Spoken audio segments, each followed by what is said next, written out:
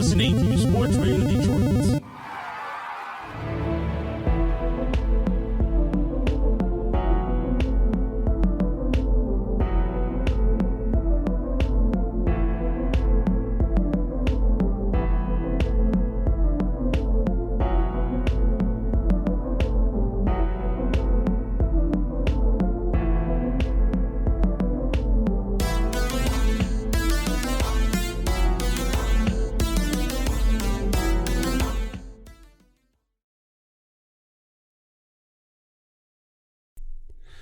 Hello and welcome to Grave Discussions. And that was Samael, and this is Barnabas, and we are Grave Discussions. Wow, that was really good. It was really good. Even though I already said welcome to Grave Discussions, but I know I had to reiterate because of how great we are. We are pretty great, guys. That was all improvised, by the way. Yeah, I had no idea that was going to happen. I had no idea either until it happened. I was like, you know, it'll be good. That was smart. Oh, man, I'm excited. This is why we passed high school. Right? Thank you. Flying colors. Yeah, for real. Not that we had a difficult high school. Yeah, that's true. There was no competition. The kids from the burbs were like super fucking smart. Yeah. They'd show me their homework. I'd be like, shit, this is chemistry. You should see what we're doing. Right. Yeah. No, I know exactly what you mean. So today is episode number 18. Oh, yeah, already. And jeez, we've been doing this. Now we have, after today, we'll have 18 hours of experience. Yeah. We've been doing it for 18 weeks. That's crazy. Right? Yeah, we haven't skipped a single week, I think. There was one day where we didn't do it on a Wednesday, but we did it on a weekend. Yeah, there have been a few like that. There hasn't been a week without an episode. Yeah. So, we couldn't have done it at all without you guys. And we would also like to say thank you very much, of course, to Sports Radio Detroit. Yes, follow them on Twitter, Instagram, and Facebook. That's Sports Radio Detroit. Yeah. We are perhaps their most amazing show. We might be. We just might I really be. like the MMA stuff, though. Yeah. You know me. I'm a fucking UFC nerd. Like, I'm an MMA nerd, kickboxing nerd. Not that much into boxing, but MMA, kickboxing, because kickboxing was like more European, and then like I grew up seeing like those like clips that my dad would show me and shit. And then UFC, was like on Spike TV for a minute and was like just dudes beating the fucking shit out of each other, and you're like, wow. So like I remember that, I really like that. Like the MMA I don't know the name of the show exactly. I'm not too familiar with the shows. Yeah, I don't know either, but you guys know who you are. I've listened to a few episodes. I just went on the website and clicked on it, and like, I'd have like a lot of stuff like to say to be about on this show, right? It would be dope. Yeah, hey, you guys, if you wanted to host, have Sam Allen as a special guest host, like that would be cool. Would be cool with me. I'd be cool to be a special guest. Yeah. I talk a lot about MMA. I know, yeah. You're like really passionate about it. Yeah, and with the whole like rumors about McGregor fighting Khabib this October. Ooh. I don't know what's gonna go down. I think what I think, since McGregor's gonna get fucking butchered. I was gonna say I don't know anything about it. I was only gonna support Khabib because his name is Khabib. Right. That's it. Yeah, I think McGregor's been out for 2 years after he lost to Floyd by TKO, and like. He hasn't fought in the UFC. His last fight was a boxing match where he got tired and then he just got punched in the face till the referee's like, all right, you just stop. So like, I don't know. Hopefully the dude has his conditioning up, because like that dude brought UFC like to the limelight. Like back in the day, everyone knew Chuck Liddell and obviously Anderson Silva. Like you see the commercials of Anderson Silva ducking like a 5-punch combo. Back in the day. Yeah. But like McGregor like put the shit in the mainstream. Like. Especially now since the internet's big and like they're just memeing and shit. Like, they got who the fuck is that guy? Like they got all those memes and shit. So if you want to listen to more content like that, guys, that's Sports Radio Detroit. Go check it out, and you can find all of Sports Radio Detroit's shows through their social media. So go check them out on Facebook and Instagram. It's just Sports Radio Detroit. SRD. Yep, you can also catch them at on Twitter at Sports Radio DET. Hi Roger, you should come and do an episode with us again soon. We would love that. We've been meaning to ask you. Hopefully you listen to this. Yeah, hopefully, and let us know, because I'm sure the fans would like to have him back on too, because he's a really knowledgeable guy. Yeah. So hell yeah. For sure. So yeah, go check them out. You can check out all their other shows. They do a lot of sports and pop culture related content. But right now, we are going to bring you guys a bit of news, and today's episode is a pretty special one. And this first bit of news actually relates to our main topic of discussion. So Stephen King, possibly the greatest suspense writer. Yeah, just time. general like horror storyteller. I remember him saying like he didn't want to just be classified as you know like a horror novelist. Oh yeah, he does a lot of different genres. Yeah. And he does well with them. I mean, he's like multi-talented, like, and it's not all like the same type of horror. Yeah. Sometimes it's immediate, like real life danger. Sometimes it's supernatural. Sometimes it's just unexplained, and that's what it was about his novels. Like sometimes it's more of like a thriller, you know, or just like a drama, even like a darker drama. Like that movie Langoliers was like one of my favorite horror movies of all time. Or it's just, I guess it's horror or science fiction, kind of like. He didn't have any limits. That's why he's a goat. Like, right. Dean Koontz is good, you know, but like everyone on this earth knows who Stephen King is. Even if they don't read horror, like they'll have read a Stephen King book, you know, or they'll see Stephen King's It, or Stephen King's this, or Stephen King's that. Like he even wrote, what was it? Remember Sleepwalkers? I didn't even know that was. Yeah, that was an original script. See, I didn't know that. Yeah. The dude that played fucking Leo in Charmed was in that shit. That shit was weird. It was. Like, but like, I never knew it was a Stephen King. I saw it on like. Back in the day I think it was like on FX or some shit, like back when I was a kid, and I always remembered it. I was like, I can kind of honestly expect it. It's kind of weird that it wasn't a book, but I feel like it was a perfect like made for a film, you know. Yeah, it was. Like, I couldn't script. imagine like the book.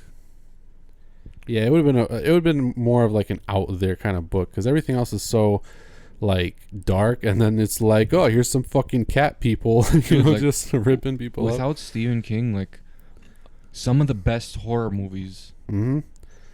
Not just. I'm putting books aside, like the stuff he's done for cinema, like how people have really wanted to like make his books come to life, like that was big. Okay, like without him, the horror genre wouldn't be what it is. Even the movies, bro. Yeah, I agree with that, and we're gonna expand more on it. But the first bit of news does concern Stephen King, but it's actually about, like you said, bringing his stuff to life. Is one of his short stories actually collected in the Night Shift book. Like the collection of short stories. This one's called The Boogeyman, and this one is being adapted into, I believe, a feature film by the screenwriters of A Quiet Place. So that's really cool. If you've seen A Quiet Place, even if you haven't, you know about it, I'm sure. Yeah, and I thought it was a good movie. So this should be actually pretty good. And I haven't read the short story, but it's basically the typical kind of boogeyman myth. I don't know if it differs that much from, you know, the source, but I remember this at the end. Okay. The old one was like at the end where the dad's in the closet and. Oh. You have you seen the old one? No. Okay, I don't want to spoil it then. Okay. Because that's why I like kind of hesitated. You're looking at me like, oh shit, this sounds. It does sound cool, but no, I haven't seen or read it. So there was a movie. It was like a short. I think it was a short film too. Okay. It was I don't know if it was. Was it like in 3 parts? Because I think I saw it. Like I think so. You can find it on YouTube. Okay, then it's like really like. It's like really low key on YouTube, but people really know about it. Does it look like really shitty? Yes. Okay, like, then that was probably it. I think this is it. Yeah. The one where he's at the psychiatrist. I didn't watch it, but yeah. Yeah, you gotta watch it, bro. Okay. I fucking love that shit. So if you're a fan of that story, or even just Stephen King in general, that's pretty exciting. It just got finalized, so there's no information on a release or anything. They'll probably start filming in a few months or something. But the next bit of news, I'm excited for that. Me too, is about a new film starring Chris Hemsworth, and actually it's got kind of an ensemble cast. I'll watch anything with that guy in it. Yeah, there's a bunch of pretty famous actors and actresses, but he's in a new movie called Bad Times at El Royale, which the news is really just that it was previously announced. It was supposed to be coming out October 5th, but now it got bumped up to October 12th. So that's a new release date for Bad Times at the El Royale, about 7 strangers who meet up at some hotel or something, And then it says, over the course of one fateful night, everyone will have a last shot at redemption before everything goes to hell. So it's kind of like it's probably gonna be like a psychological like thriller more or less, with like, or maybe it's like a, you know, who's the murderer kind of thing, or something like that. But that's coming out. We've also got a couple of new trailers, just, you know, for you guys to be aware of. I really do recommend the first two though. The first one is Mandy, coming out September 14th by director Panos Cosmatos. And this is the new one with Nicolas Cage, where he's like this revenge-seeking dad who lost his daughter to that's the trailer we religious saw. Cult. That's the trailer we saw when we went to go watch Hereditary, right? I don't think so. I'm not sure if it was in there. Oh, it might have been. It was. Yeah.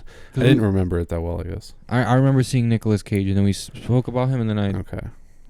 And then there was that other movie with, like, what was it, Jason Statham, who the fuck knows, or Mark Wahlberg, guess who it was. Yeah. We saw a few of those. This one looks interesting. Yeah, I think this might be a newer trailer, or maybe it's just, you know, the one that came out in theaters and was just now released, like, the public. I'm not sure, but this one actually looks really good. Like, Nicolas Cage looks phenomenal. Anything that he can just snap and go crazy in is great. You could put that guy in any movie. For real. And that one was really cool. I suggested. The next one is actually a brand new trailer for The Predator, which is basically a remake of the original film.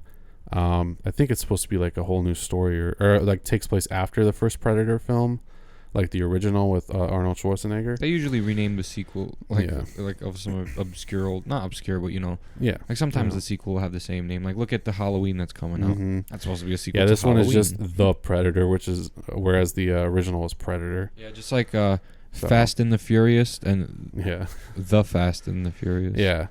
So I don't know. Anyway, that trailer came out, and actually, initially the first trailer that they released was met to like a lot of negative like reactions, so they kind of changed up the narrative. And actually, this trailer kind of has more spoilers, but it's kind of supposed to do that to get you excited. And this one actually does look pretty fucking good. I'm not gonna lie. So I'm kind of excited for The Predator. That one is also coming out September 14th. So a lot of movies coming out around September 14th. Also, Goosebumps 2, I think, is like, or no, that was October or something. Anyway, The Predator looks really good. And the last one is, I feel like, much more of an indie film than the other two. It's called The Witch in the Window. So that trailer has dropped as well. That got my attention immediately. Yeah, honestly, I know that the witch movies are coming out in droves now. It's like the new zombie thing, but if it's good, then I think it's really good. You know, just like the Autopsy of Jane Doe. Mm-hmm. And that shit was fire. Even Hereditary and like The Witch, you know. So even just by like the title and the premise, this one sounds cool. But it's directed by Annie Mitten. It doesn't have a release date yet, but it's about this dad and his son. Next month is going to be at the Montreal Fantasia Film Festival. Okay, so there you go. So probably going to be a little bit before it gets like released here. But I'm excited for this. Me too. This is going to my bookmarks. Yeah. So a dad and his son move to another state. And basically, like, the more they repair this house, it's supposed to be like kind of a bonding trip for them. Okay.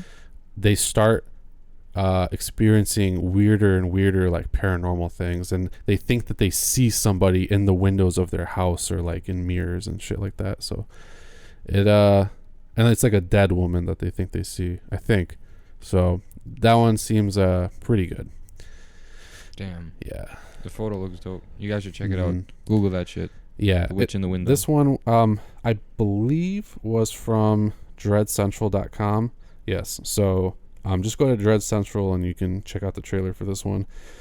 But next up, we're going to talk about a pretty disturbing film that we just recently saw. Oh, man. This is one of like the more low-key ones, but I'm sure everyone's heard of this. You've probably seen it at your video store back in the day, and then you rented it, and you're like, wow. Yeah, we're going to talk about it in our next segment, The Cult Corner. And we're back, and we're going to be talking about The New York Ripper. Oh, man. We were hesitating all those weeks to watch that shit. Yeah. That shit so fucking... You know what I want to say, though, honestly? Yeah. That shit was fucking... No. That's worse. That's worse than the clicking in Hereditary. It really is. But yeah, man, like I knew about this movie for a while. Honestly, here's what I'm gonna say about the movie, okay? Honestly, I don't even think that it was really that good of a movie, but I think that it was like so fucking weird and like out there that I think that makes it like enjoyable, you know? It was like fucking. All right, so obviously we're in New York, right? Yeah. So the women keep getting butchered by this guy, and like he calls the police detective and he talks like Donald Duck. And the main actress in the movie, she gets attacked. Like she becomes like the. Because was she in the movie the whole time? No, she just like kind of like. I don't think so. Became the main character. Yeah, she definitely felt like more of like a side character at first. Like I didn't think we were gonna see her again after like those first like 1 or 2 scenes, and then she was in like the whole fucking movie. Yeah, so I was like, okay. That's another like I haven't seen a movie like not introduced a heroine like. Yeah, until like later on. Like structure wise as a film, and especially as a horror film and like a giallo movie, it was confusing. It was kind of all over the place, which makes it I think really unique because it didn't conform to like the standard like formula and structure, you know. Yeah, exactly. I like that. Some like giallos and like some horror films, you watch them and they all follow like the same fucking patterns, and you're like, okay, like follow patterns, but like do it like differently from each other. Yeah. I think this one hit that nail on the head. I mean, you still gotta compose like a good story, you know. It can't just be like fucking like you can't connect the dots at all, right? Or like you can't even form any theories. Like it can't be like that. It can't seem like, you know, fucking Bobby is you know, in like Florida one day and then like the next day he's like surfing down the side of a mountain or some shit, right? I don't know. Exactly. Like this is weird. Like there's no relationship. That duck killer really fucking freaked me the fuck out. And then like the thing is, this movie's like what, 82? Yeah. Jesus Christ, this movie was fucking brutal. Yeah, it was. Like the kills were all fucked up, which is not that surprising for like a giallo movie. Yeah. But this was an 80s giallo movie. Yeah. And it was just like really intense with the violence and with the sexploitation aspects of the whole thing. Yes, there was a lot of like usually there's boobies in a giallo movie, okay? And like really most horror movies from like the late 70s to the early 80s. But man, like sex was probably like the central factor of this movie, which is again is not surprising for giallos, but like to the level that it was elevated in the New York Ripper, it was like totally different. They didn't. I wouldn't say they overdid it, but like they did a lot of it. it was definitely, I feel like, the main like driving force of the story, because we'd always see, you know, at the beginning of the film, there's like this live like on stage performance of just a dude and a chick fucking. Yeah. You know, and people are just there like watching it, like, oh, that's interesting, you know, like those weirdos. And throughout the whole movie, the killer is like, you know, either spying on naked women or like, you know, exposing them or whatever, you know. There's just a lot of that content.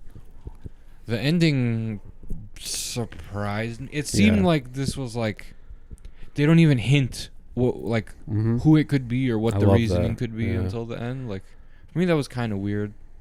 You know, like, I kind of like that a lot though, because you know we've talked about this before. Then they brought in the killer, like just randomly him, like, almost. And he was like, "Can I spoil it?" No, you shouldn't spoil it.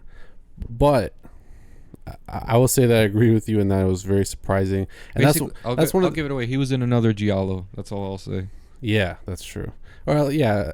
So you kind of know who it is if you can connect the dots there, but. We've talked about this before. I like the fact that it leaves you thinking right up until the very end, because honestly, it never even like drops any hints. Yeah, it didn't even explain the story till it pulled a Friday the 13th Part 5. Yeah, but it did it like, I would say it like was more like surprising when you found out.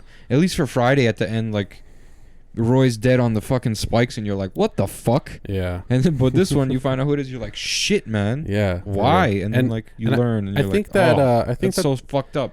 I think that the killer wasn't even like revealed or even introduced until like near the middle of the movie too, which is also kind of weird. Yeah. For like, you know, structure wise, but so yeah, I like it. So I think that's definitely one aspect of the film, and just its like really. Oh my god, we nature. talked about this. I fucking forgot when we were watching the fucking score. Yeah, the The score, score was so fucking weird. It was so odd. It was just like Yeah, it was just like weird upbeat music. Yeah, like just really happy music. Like, and I think we've seen that in some like giallo films and you know other films from that era, but it was just so odd with like everything that was going on, like the crazy sexploitation, the really like gory kills and shit, and then you just have that music playing. It's I don't know, like it scrambles your brain almost, you know, like one moment you're here and then the next moment you're way over there. Yeah, you feel me? So that's the thing about these movies. Like, that's the thing about giallos. Like, yeah, you literally don't know what the fuck is gonna happen until the last second. You remember who we thought it was at first? Oh yeah, There's like this weird dude, and then there was a chick.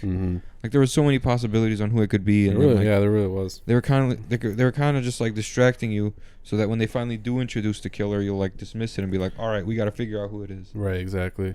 But like, yeah, there's this part of the dialogue that he was having with another one of the characters, and then another one of the characters mentioned a dream, and he looked like oh shit. You know what I'm saying? Like, yeah. Honestly, I think it was a well written movie. but I thought they were trying to trick us at that point. Like, there's no way. Oh, they're always trying to like throw you for a loop, you know. Exactly, but like they said at the end of Tenebrae, when all other options have been like exhausted, like the final, no matter how ridiculous, must be the truth. Right. Yeah. Exactly. Yeah. So yeah, I thought it was a really cool film, and if you have not checked it out, it is on Shudder, and you can go watch it there, and just prepare to be fucking disturbed. That's all I'm gonna say. Just get Shudder. Like, if you like horror movies, like if you like from anything from literally every single period of horror, get Shudder. Why not? Yeah, why not? And actually, the movie that we're gonna have on the chopping block later is also from Shudder, so be prepared for that. So now, though, I would like to talk to you, Samael, about the master, the king, the only king, Stephen King, the only king of suspense, king of horror, king of thrillers, aptly named, for real. Like, I mean, look, man, first Stephen King movie I saw when I was a kid was probably The Shining, the original one with Jack Nicholson. I know you didn't. You saw the series, the miniseries, which was pretty cool because the dad had a sledgehammer and he looked crazy. It was okay. The woman in the bathtub was like, it gave me nightmares. So I think from that, I only knew the miniseries as like the definitive Shining until I discovered the Stanley Kubrick one. But I remember, like, I don't know, it was like a fucking crappy day. I remember it was just a gloomy day outside. It was like the middle of like September, so like every day in Michigan. Yeah, so it was like the middle of September. It was just like a fucking Tuesday or something, you know. It was dark, and then like The Shining just came on Sci-Fi. And like this, like, I don't know, bro. The whole story was just fucking deeply disturbing. It was. Like, and how old were you? Dude, I was like I was probably 8 or 9 years old when I watched The Shining. That must have been disturbing, like, bro, truly. The thing that scared the shit out of me is like the boy traveling down the hallway with the tricycle and the 2 girls. And then also the Here's Johnny thing, because that was like of course. Fuck ghosts. Like, your dad's about to fucking kill you with an axe. That shit. Like, you're just sitting there pooping. You're 9 years old. Your dad's head just fucking busts through the doorway, and you're like, oh my God. You're like, no, here's Johnny. Dad, did you watch The Shining? Haha, he starts chopping on the door. Oh, man. You gotta, like, fucking trap him outside in a maze and freeze him and shit. That scared the shit out of me. I know a lot of the creep shows were Stephen King fucking. Yeah, pretty much. They're pretty much all based off his written work. So. And then there's what's it called?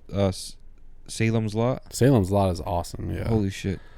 Yeah. I didn't get to finish the whole thing. I was so close, but I passed out. So, but it's still paused where I left off. Yeah. I have to finish it. See, it's things like that, like those kind of memories and experiences that we have with, like, it almost feels like specifically his movies. Oh, dude. Because I don't know what it is. It's just like, it has that Stephen King factor, and it's going to be a good movie. Yeah, because I mean, he liked the movies. Yeah. So they did it right. So you're like, if that's as close as we're gonna get.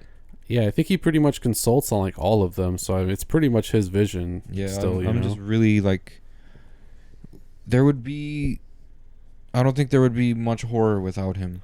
I agree. Yeah, he not only inspired so many other writers, but even his film adaptations, I feel like inspired just a brand new wave of horror. Hell yeah! I mean, you even see it in today's movies. They take a lot of the Stephen King elements. Yeah, they it's. You know what Stephen King even said? I was watching it in one of his interviews. Like, when you give this whole when you give too much backstory to like the antagonist and all that shit, that kind of ruins it. Yeah. And we're seeing movies like nowadays they're trying to get back to not blabbing so much about backstories and stuff. No, I'm not talking about like The Nun and shit, because those are money grab horror movies. Don't get me wrong. Yeah. Conjuring is good. But those are like Hollywood.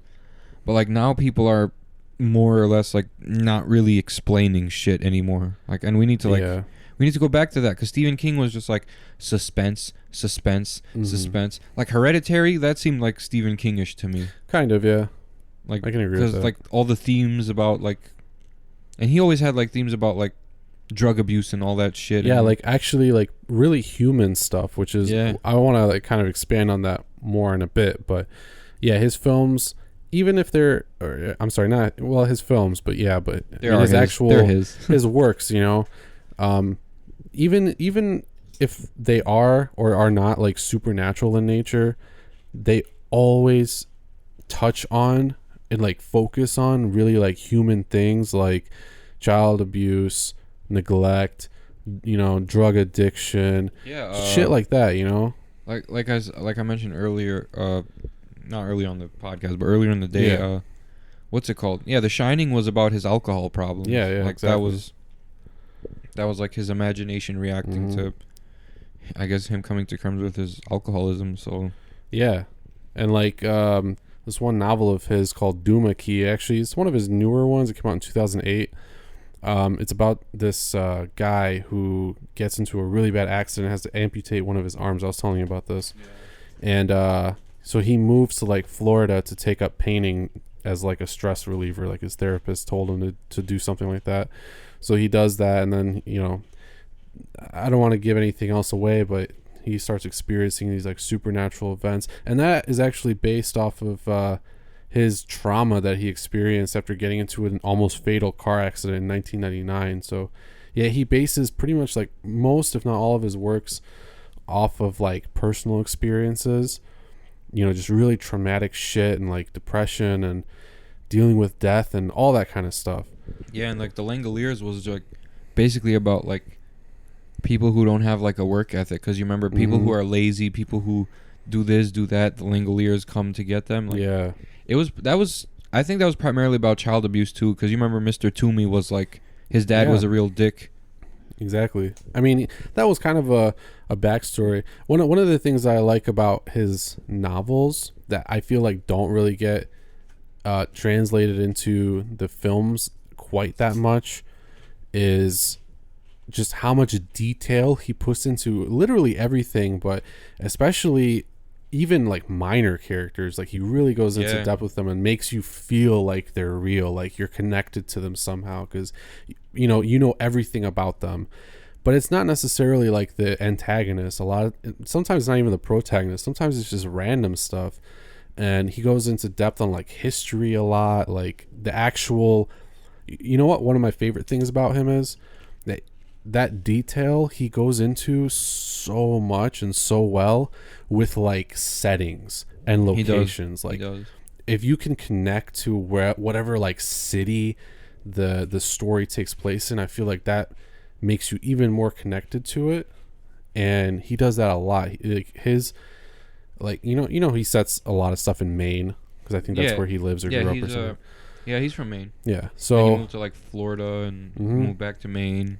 Yeah, so most of his works are actually like kind of based in Maine, and it's supposed to be like this like crazy supernatural like hub Right, that's You what he know? makes it seem like. Yeah, like it's Castle just Rock, like- I think is set there. It's probably just like a fucking manifestation of all like the negative energy in that area. Because people Yeah. in his area, I'm guessing, like, were in similar life situations to him. Like, Yeah. you know, he grew up different. You know, he used to like rewrite horror stories. So Mhm. he would read a horror story like a comic book, and he would rewrite it.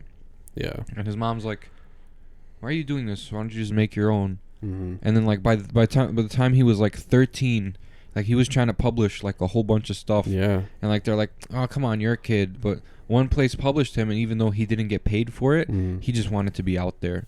Oh, of Like, course. see, that's yeah, a how fucking you good.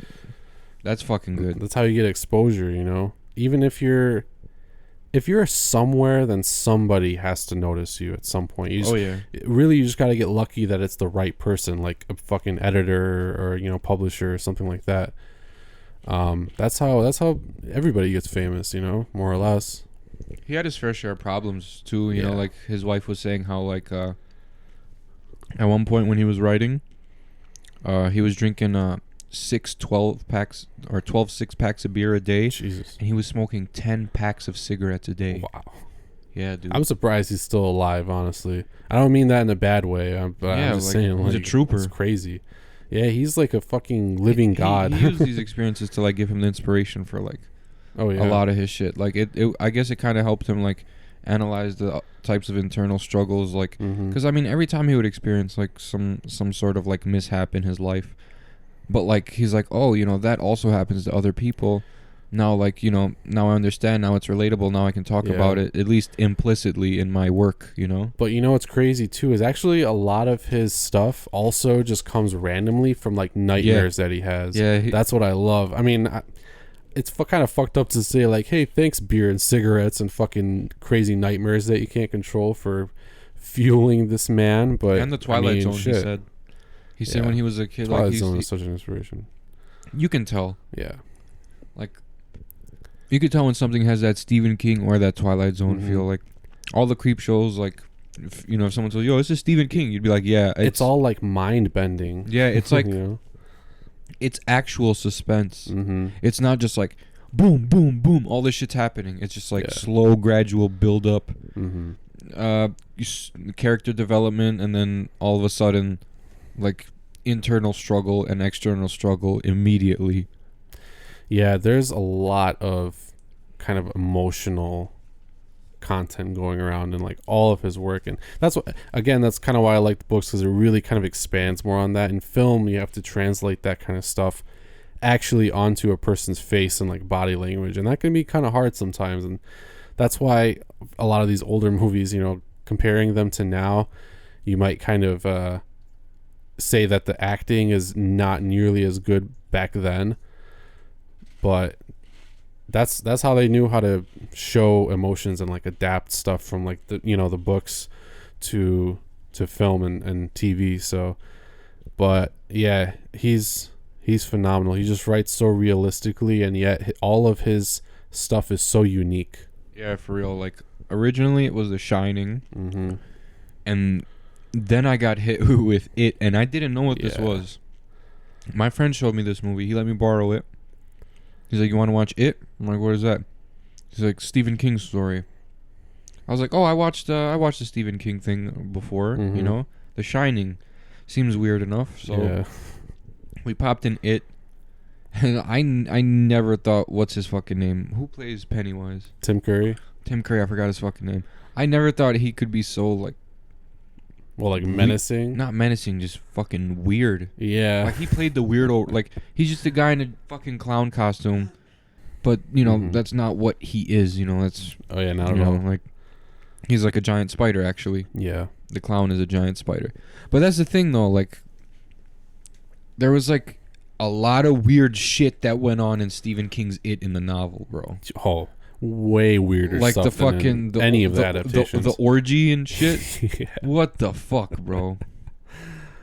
They never did anything with that in the original miniseries, right? They wanted to do something like that in the remake, Yeah. but like they're like, no. Yeah, no, definitely not. Oh man, that part was fucked up. Even the whole ending when Bill defeats It, that's never been adapted to the screen, and I think for good reason, because you can't. Do you even remember what it was? He's like getting sucked through fucking space and time, like mentally paddling Pennywise as his true form, and it's so fucking out there. Yeah. It's super weird, dude. And I'm like, I don't even know how you could adapt that effectively to the screen. Probably not. That's why they and had achieve to, the same reaction. Yeah, I think the only Stephen King book I read was like It. But like that was like a long time ago. But that was like when I had Miss Jenkins, Remember Miss Jenkins in 6th grade? I was like, it's the only time I read it. I got it from the, what's it called? They used to have it in Oakland Mall, Borders. Oh yeah. I have the book somewhere. It's probably in my attic. Yeah, I bought it pretty recently and read it I think it was earlier this year for the first time ever, and I was blown away, dude. Yeah, man, that shit was it's like my favorite book. That's why I was a weird fucking kid, bro. Yeah. All the Stephen King and mostly Stephen King. Honestly, the Stephen King material just fucks with you. Like really I said, does. because it's so real, it's always got this like psycho killer or just this really crazy supernatural thing. Was People Under the Stairs his? I don't know. I don't want to say because I don't want to be wrong. But I'm not I sure. I don't know about it as a Stephen King thing. I don't think so.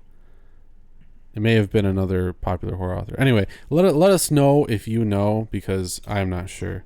Yeah, I could Google it, but yeah, I don't want to be that guy, Yeah, I'm not sure. So if you know, tell us. But yeah, I just love his Misery, bro. his stuff. Yeah, Misery was excellent. It's all started with Carrie in '76. That was the first, and Carrie is iconic. The first movie I saw from Stephen King was Carrie, and then I saw The Shining. I remember when I was really, really young when I watched Carrie. I'm like 6 or 7 or something. Yeah. Jesus. And I remember when they dumped the pig blood on her, and I was like, to my parents, I was like, why are these people assholes? They're like, oh, they're kids. I was like, fuck that. I don't want to be a fucking kid. I feel like Carrie was even more fucked up than The Shining. Yeah. So as a 6 or 7 year old kid, when her mom would lock her in the closet and fucking start screaming prayers and shit, like that, I think that kind of made me afraid to have like a religious mom. Like my mom's not that religious, so I wasn't like weirded out. But I don't think I saw Carrie until I was like in my early teens or something. Maybe I really like later. the old one. Yeah, was the there new one a was remake? like with Chloe Grace Moretz. It was okay, but not that great. It was way too CGI heavy. Really? Yeah, whereas the original obviously was all practical effects for the most part. So, yeah, Carrie started it, and it just launched him into like a new level of fame, honestly. You think Carrie is like the unofficial origin story probably of like Bloody Mary? Because no one heard of Bloody Mary up until like... I don't know. I would have to research the legend of Bloody Mary. It's possible, at least just from like the imagery. That's what I'm saying. Not Carrie's not like a demon. Mm-hmm. So there's that, but I mean, I don't know. It could be logical, but yeah, man. Stephen King, his work is so inspiring, so great, and he's still coming out with it. Like I read his latest book that he did with his son, Sleeping Beauties. He's still got it, man. Like I don't know how much of that content was his, but his story is like he's super inspiring. Like he always knew he was like different, because like he always had this extremely vivid imagination as a kid, and like, I mean, you see where loving horror can like get you, like, and loving being about that shit, like yeah. On top of that, he's just kind of both blessed and cursed with having these crazy ass nightmares and be able to remember everything and just thinking up these crazy things and being through all these experiences that he's been in his life to like cause him to even think of half the shit that he thinks up. And so I don't want to say that I want to go through that, but like reading his books, it really inspires me to like write horror. Seems like his books are like the closure to like some sort of trauma that he had. Yeah, I think that's probably a good description. I'm really certain that's what it is. Yeah, because once he writes, once he makes it into like a really interesting thing and people are like truly into it, and like he sees that, like he can kind of like put it away. Exactly, and you can remember it and be like, damn, that got me to where I am now. So like that should just be like, it's like getting your high school diploma. Like it's like, all right, I did it, good times, but Yeah. Now it's now. I think that he is just a great example of like not only overcoming your traumas and things that, you know, like fucked up your life, but like taking them and using them in order to do that.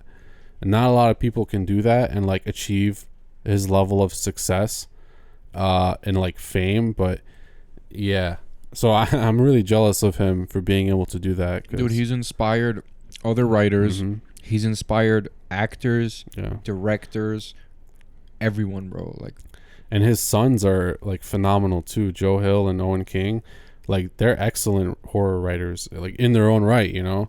it's gonna stick to it's gonna stick in the family, bro. Like they're gonna have some good shit. But they are so good at writing these stories, man. So you know, I stick by it. Like I think Stephen King is the greatest horror storyteller ever. He's one of the best book writers, period. Yeah, ever. Even I'm not like more so than Paul, who wrote the New Testament. You know what I'm Oh, saying? shit. That's to that level. Yeah, I don't know, man. I agree. Like, the guy's shit is good. Like, I mean, Yeah, just look. I mean, Stephen King based movies are still coming. He's been relevant. He's never been irrelevant. Have you noticed that? Yeah, He's never irrelevant. Ever. There's always something Stephen King coming out. that's true. Yeah, whether it's a movie or whether it's a book. Even like a YouTube series. They have Yeah. YouTube series now, like based on Stephen King's books. Like they'll have like little shorts and Yeah. stuff. And you know what's nice is that like a lot of his short stories keep getting adapted too, like we just talked about earlier, The Boogeyman. You know, because he just has like vaults of stories and probably shit that he's never released. I just thought about you something can make for the movies forever. I just saw something about the golden age of horror. Yeah. I think pretty soon Mm-hmm. we're gonna start running out of ideas for horror movies. They're gonna start looking to these books, the Stephen King books, because he has the perfect amount of suspense. Yeah. His stories, like, they don't drag on. Stuff happens that's always relevant to the storyline. There's like no filler pages Mm-hmm. of like the kids going to school and taking a shit. You know, like it's always like straight to the point. Yeah. And I think pretty soon there's gonna be a lot of movie adaptations about Stephen King. And like I don't know if like just at a more rapid pace than we have been getting. You mean? I think so. Because Yeah. I mean we've had a lot of Stephen King inspired No, I think stuff it's about to like really blow up. he's about to kick it up because like everyone knows Maybe. Stephen King, but like the younger kids they've heard of him, but like Mhm.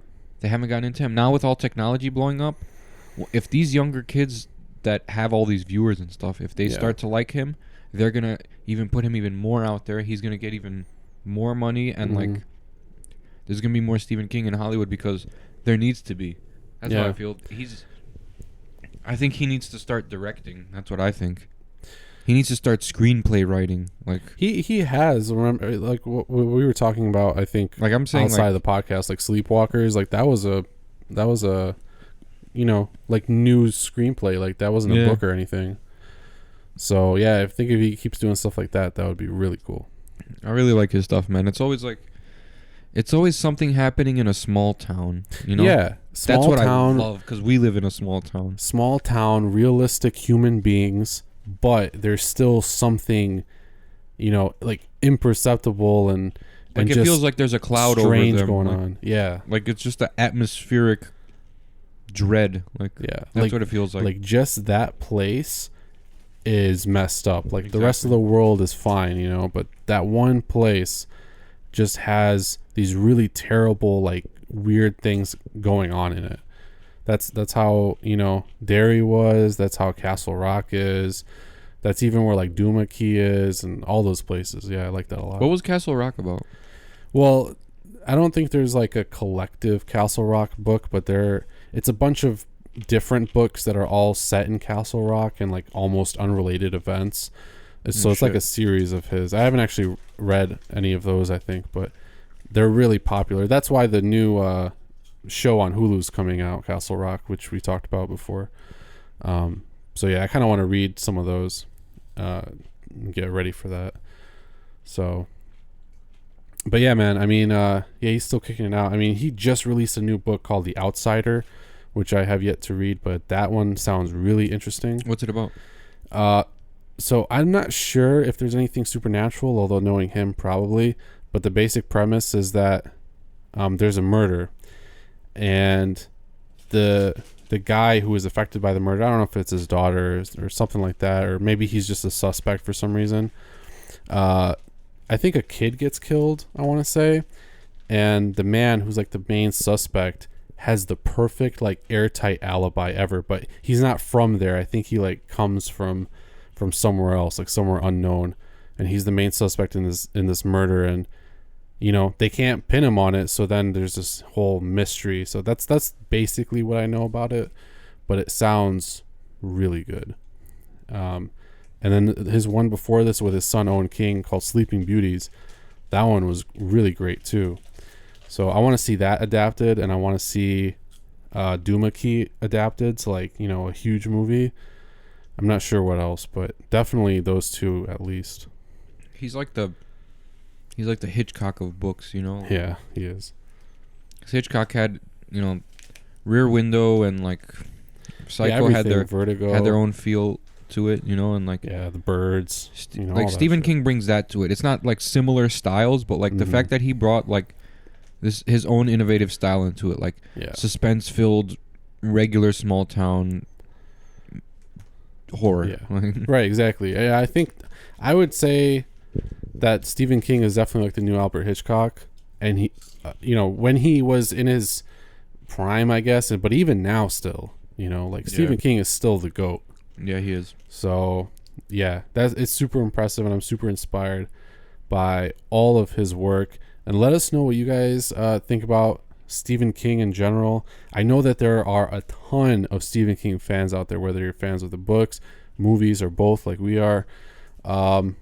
Yeah, let us know what your favorite book or favorite movie is, or if you have give us some adaptations and stuff. Yeah, we didn't really talk about like a lot of his individual films.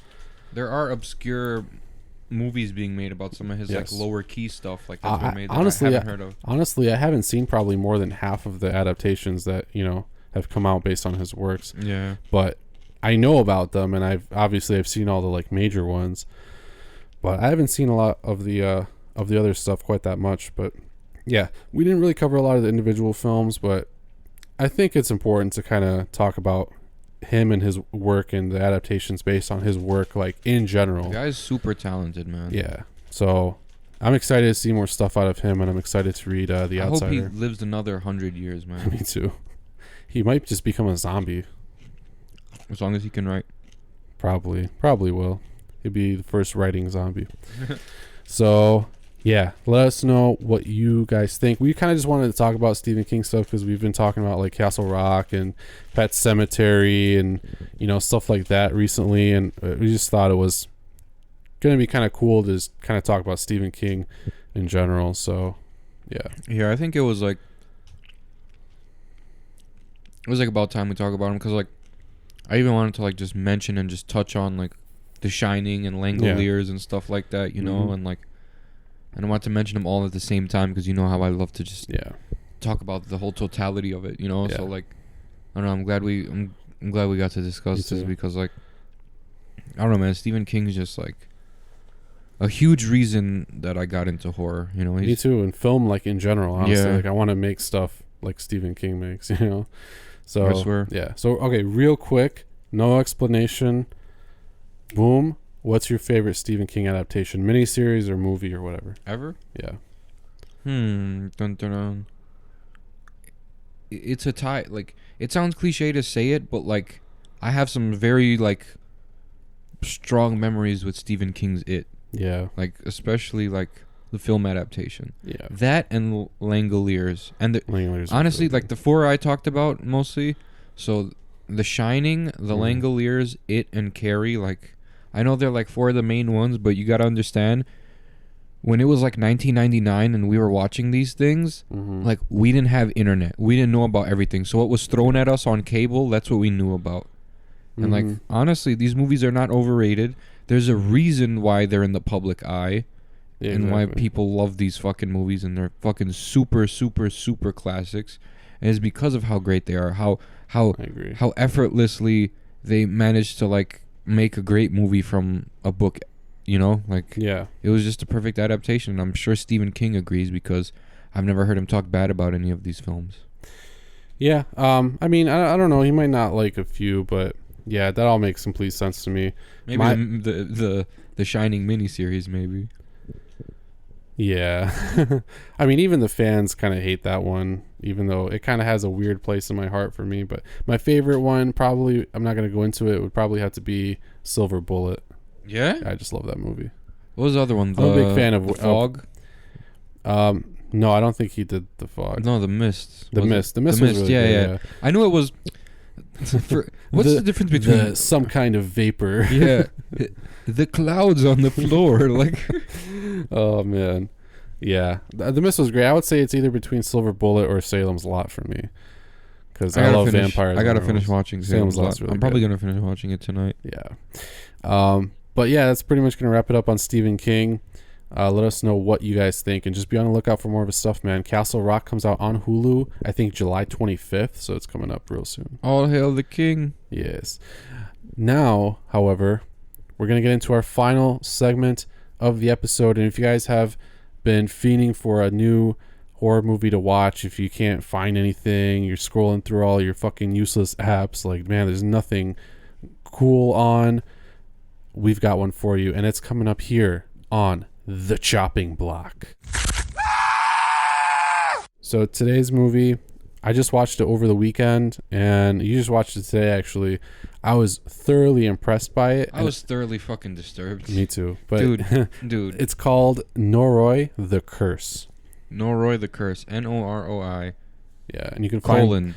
The Curse. You can find it on Shudder. And this is like a 04 movie, right? I think 05, yeah. So it's, I mean, it's not like new, but I consider a lot of things over like past the year 2000 to be like newer. So, but yeah, man, it's from 2005, and it's a found footage style movie. I believe it's Japanese. Oh yeah, it is. It concerns this host of like this television show, and I think he's either a ghost hunter or he's like a hunter or like an investigator of the paranormal. Paranormal investigator, I think. Yeah. And he was filming like this. So this is like a found footage setup documentary style. Yeah, but it's got like inserts from like those like old school TV shows, and Japanese shit's crazy, so it's like all those weird public access kind of TV shows and stuff like that. It's got like little snippets in between, but yeah, it's concerning this paranormal investigator who gets wrapped up in this one investigation. It turns out to be his last investigation, so the footage is of that final episode or film or whatever it was that he was making, and he basically goes to this one lady's house under seemingly innocent pretenses, right? And she says, oh well, there's my neighbor who moved in pretty recently is like making all this noise or something like that. I don't know. There was something disturbing about something about a baby. Yeah, no, she had like a boy or something, like a kid, or maybe he was screaming out or something. I don't remember exactly, but so he goes and knocks on the door, and she like answers, but she looks kind of like freaky, and she's just really agitated and just yells this like nonsense at him. And then like 5 days later, the original mother and her child who complained about it, that were her neighbors, end up dead. And so he's basically investigating, and he meets these people who, at first you don't even think are related to what this woman that he's investigating, but it all kind of unfolds and comes together and becomes this whole big mystery. And there's this supernatural undertone the entire time. Yeah, like those little supernatural like scenes, I would say, like like when the camera flashes and then they're like, hey, look, there's something wrong with the green of the camera, and then you see just like a mountain of heads. That shit was fucking weird. Yeah, I don't want to spoil all that stuff, but that was definitely one of the most disturbing scenes. The end was super disturbing. The end was fucked up. I didn't expect that.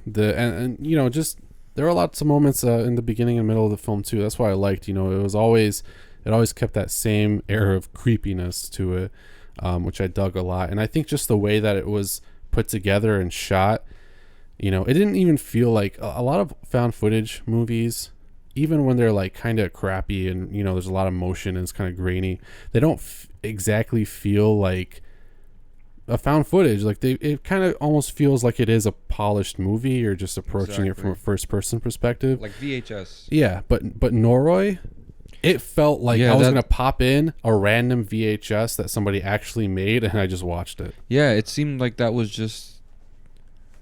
I mean, it did probably come out on VHS back then, you know, because 04. Yeah. They were still big back then. Mm-hmm. And, like, I don't know, that seemed like the only thing that made it kind of seem not legit sometimes as, like, a found footage thing is, like, they would have music in the background. Oh, yeah.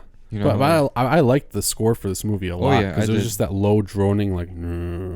Yeah, that's just, like, from The Grudge. I mean, Ju-on. And then when something really crazy would happen, then it really picks up and gets even more, like, disturbing. I don't know. That's what was great about it. Mm-hmm. I think the fact that like it's like Angel Heart. The more you get into it, the more shit starts to unravel. Yeah. And then the more insane it gets. Exactly. And like I said, it's just like Angel Heart. The deeper into shit the main character gets. Mm-hmm. And then he did that. He looked out for somebody, and that's what kind of. And he ends up, you know, the whole thing is like he ends up missing at the end of this. Like it says on like the description, like, oh. Yeah, you know that from like the beginning. Yeah. So this guy ended up missing, and you kind of learn why. Sometimes you shouldn't be so nice. Yeah. So you just got to mind your own business. It does kind of explain that. You know, right at the beginning of the movie, you find out that he's missing. And so this is like the last thing he ever did. And so, you know, so that's why there's kind of this mystery behind it. But yeah, it was cool kind of trying to piece everything together and learning more about these characters and just kind of experiencing them. And I thought they were all great characters, all well acted, but the psychic guy, he was a big part of it. They meet this psychic who has some kind of a mental disability, and like it's like pretty severe.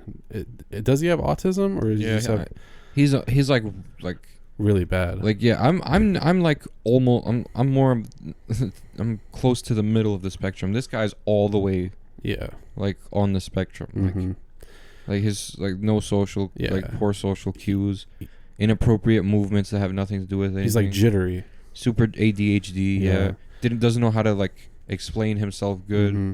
But really like emotional as well. Yeah, but apparently he's a psychic, and he thinks that there's some kind of like demon worms out to get him, so he wears clothes that have tinfoil on them to like protect himself. He looks like your stereotypical conspiracy theorist. Yeah, exactly. He got the tinfoil like Hershey's Kiss hat. Yeah. And he like wears like tinfoil cape, but he, some sort of armor. But he comes across as really being psychic, and that's kind of why he's a big character in this film.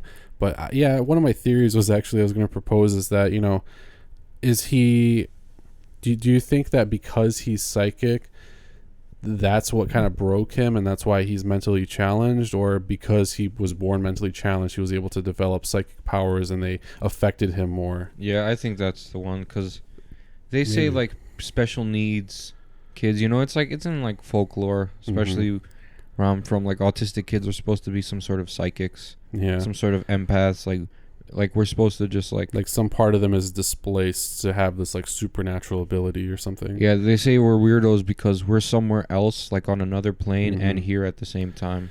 Ooh. And we're feeling both emotions from stuff we're interacting with. Yeah. So yeah, he was my favorite character, I think, or at least from the point of, you know, how the actor portrayed him. I thought he did a phenomenal job. Yeah, he did really good. He was believable. Honestly, the whole movie was just really well written. And one of the main things that people talk about when they talk about this film is that not only is it really long, but the plot is actually pretty complex. It clocks in at like just under 2 hours.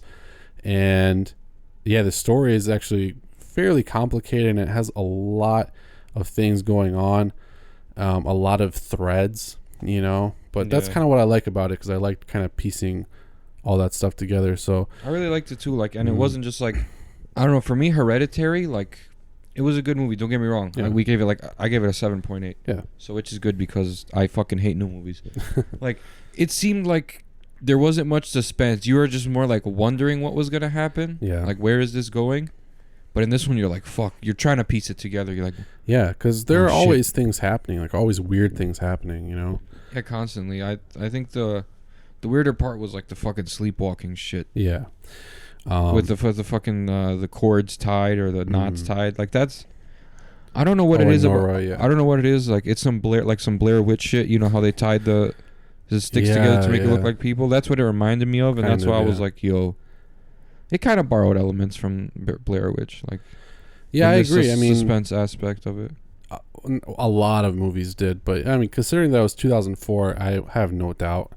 Even as a Japanese film, you know. So everyone had to draw some sort of influence from. Yeah, listen, I'm just gonna say this, okay? I watched this movie alone in my house, late at night, and I had everything off, all the lights off. I was super paranoid, honestly. Like, 'cause my parents were out late, and I was up kind of late, and for a while, I was just imagining, like, looking down the dark hallway into the living room and shit. Like, what if I just saw someone standing there? That'd be some fucking crazy shit. Yeah, man. I was paranoid. I like when a movie gives me that sort of, like, paranoid feel. So, if you're trying to feel like that, go check this movie out. It is not chopped for me. Not chopped for me either. Cool. It's kind of long. It's, like, roughly 2 hours long. Yeah. But just wait. There's enough weird shit that happens for you to not get bored because... Oh, yeah. I was always intrigued by it. Pay the fuck attention to names. Pay attention to the names. That's the most important part. Yeah. Don't forget in general names. To, like, what's going on, you know. But, yeah, you got to know who characters are and stuff. Yeah. Like, that's, like, one of the most important things. And, like, try to put two and two together. Yeah. Don't just wait for it to unfold. It is supposed to be kind of a mystery, you know? So, yeah. Because he's an investigator. It makes sense. You're kind of following his journey. I did not call what happened at the end. I didn't call it. Me neither. I usually can call it, but not with fucking Japanese people, man. These guys are like truly demented, bro. They're deliberately obscure in their delivery, you know? Yeah, exactly. Yeah, that's a really good description. Yeah, so go check out Norway the Curse. It's on Shudder right now. If you're looking for an excellent rainy day movie, this is it. Fucking weekday night movie, you know. Yeah, this is the one for you. It's worth sitting through for sure. So go check out Norway. Let us know what you think about Stephen King, and you can check us out specifically at our social media as well. We're on Facebook and Instagram at Grave Discussions, and you can find us on Twitter at GraveDisc SRD. That's our Twitter handle, and from there you can check out all of our stuff. And make sure, once again, check out Sports Radio Detroit's Facebook, Instagram, and Twitter. Yes. SRD, that's Sports Radio Detroit. Yeah. And with that, I think that we're going to wrap it up here for episode number 18. Yes, we bid you adieu. We hope to see you next week. And as always, we are Grave Discussion.